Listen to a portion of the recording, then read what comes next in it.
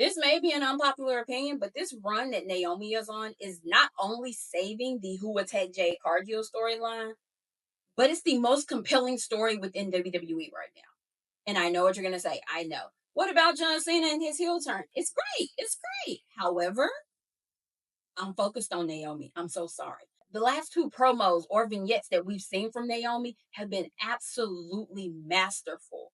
They are showing a side of her that a lot of people really aren't used to seeing. The biggest thing to me is Naomi is finally tired of people underappreciating her, undervaluing her, and not treating her as the legend and vet that she truly is. Naomi is a two-time SmackDown Women's Champion, and she is a long-time locker room leader. She's the one in the women's division who gets the other girls going, who keeps them up, who keeps their spirits high, keeps them pumped with energy.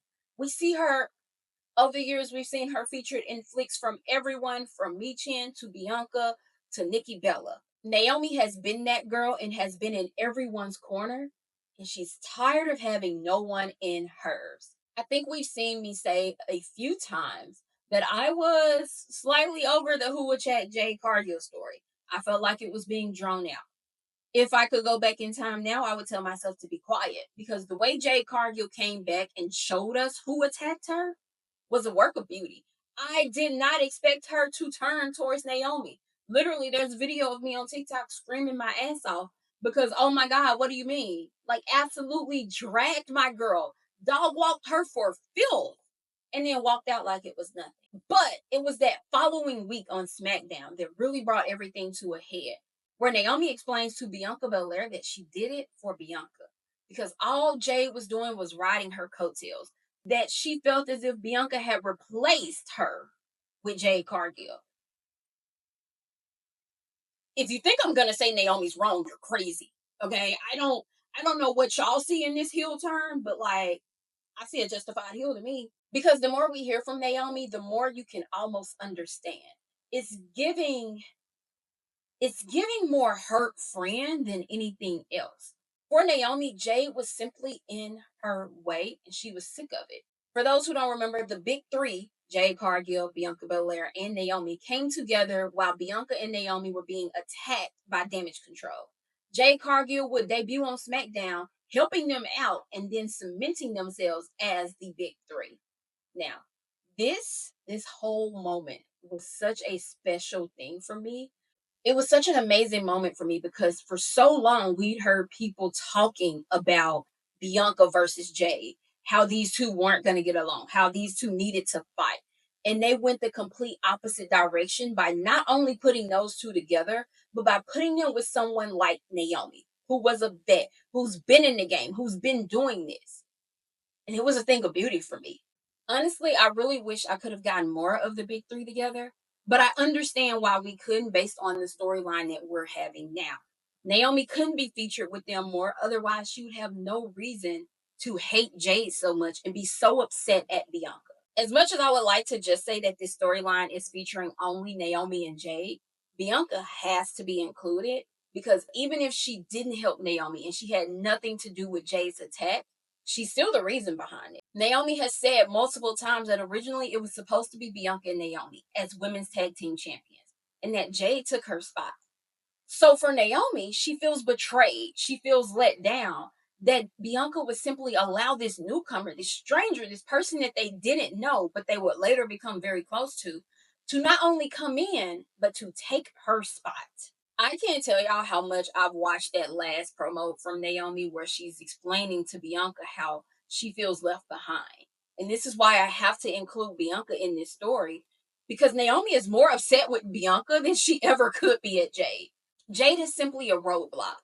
And that sounds so crazy to say, but Naomi has to get to Bianca at some point. She has to go back and forth with Bianca for Bianca to truly understand what she's done to her. Even during their tag team championship run, I wondered where Naomi was. I wanted to know why Naomi wasn't as involved with two of her closest friends, her sisters, while they were dominating the women's tag division. Outside of Mania, I believe there was only one or two other times where we actually saw the three of them in ring together. So for me, Naomi has every right to be upset. I'm going to let her have it. And I'm going to support her rights and wrongs every way. And just like she said, I really do think Jade should proceed with caution because Naomi has a lot of anger built up in the tank. Look at what she did to Michin and B-Fab on SmackDown this past Friday. And it's all because they say that Naomi would get what she deserves and they have no sympathy for her because she shouldn't have touched Jade in the first place. Now, why they're upset when they decided to talk about Naomi? I told y'all, I support Naomi's rights and wrongs. Shh, shh, shh, shh, shh. Just don't speak on my girl right now, okay? Like, just don't. Now, I know that what I'm about to say hinges on a lot, especially WrestleMania. But just for this moment, we're gonna live in my little bubble while I fantasy book Naomi, Jade, and Bianca over the next few months. Okay. Okay. At WrestleMania, we get Naomi versus Jade in a regular match. No stipulation, no anything, just a regular match that ends either in a double countout or a disqualification because someone grabbed a weapon. More than likely because Naomi grabbed a weapon, hit Jade with it. Therefore, Jade won, but only by disqualification. On the other side, Bianca Belair would defeat Io Sky and Rhea Ripley to become the WWE Women's World Champion. I know. Based off of how this story is going with those three, I doubt that's going to happen. But like I said, we're just living in my personal bubble right now. This is just what I would like to happen to see my three girls in this main title picture, okay? At Backlash, we could see Io Sky versus Bianca again in a rematch that where Bianca still retains. But the biggest, most important thing is Naomi versus Jade Cargill in either a last woman standing match, a falls count anywhere match, or a street fight. I don't really care which match you give them. Just give them something where they beat the other loving hell out of each other. And Naomi comes out on top. Naomi has to come out on top because her sights are now set on Bianca Belair in full. She is getting Bianca back for being ungrateful, for leaving her behind, for never appreciating Naomi, for throwing her to the curb because she thinks she did something she didn't like, for not giving Naomi the chance to explain herself and to understand why Naomi felt the way she felt, for leaving Jade and Naomi behind to argue amongst themselves while Bianca chases a title. Because these are her sisters. Why is she not talking to them? Why is she not trying to fix what was ruined, especially considering that she seems to be dead in the center of their problems? I'm just saying. As a Bianca girl, I'm just saying. So the Backlash win leads us into either Evolution or Queen of the Ring. I'm not sure if we're doing the King of the Ring, Queen of the Ring things, but there are rumors of the all women's PLE Evolution coming back this summer. And that is where Naomi should win her number one contendership for Bianca's title. Whether it's Queen of the Ring, whether it's just the number one contendership, hell, even if it's Money in the Bank, even though that's like, that one is my least likely to happen because I just want Bianca to know she's coming for her. I don't want this to be a surprise win. I don't want this to be a I caught you off guard.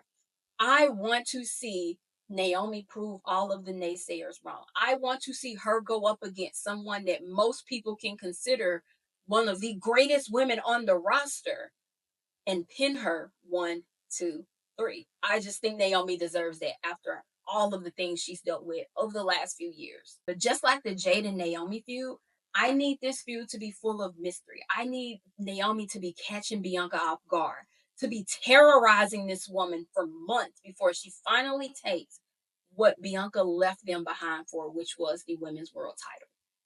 Again, this is all just in my little happy little bubble, and it's regardless of all the other stories that could possibly be going on because there's so many. So it's very unlikely to happen. I am very aware of that. However, if I could book it, if I was writing it, that's what I would do. I think these three women can give us a story for the rest of this year and into the next one and it not get boring because there's so many possibilities between the three of them to mix it up, to do something, to just beat the hell out of each other because who puts on better stories than people who once considered themselves family? Truly, I really wanted to do this video because I just had to give Naomi props. Naomi is absolutely killing it, and I am so glad that a lot of y'all are finally seeing what those of us who are fans of her have been seeing and been waiting for. Naomi is an absolute beast. She's great in promos. Y'all learned that now, right? Okay. She's great in the ring. And I think that this year, that 2025 could truly be the year that Naomi finally shines. So y'all let me know. What do you think is the end result of Jade versus Naomi?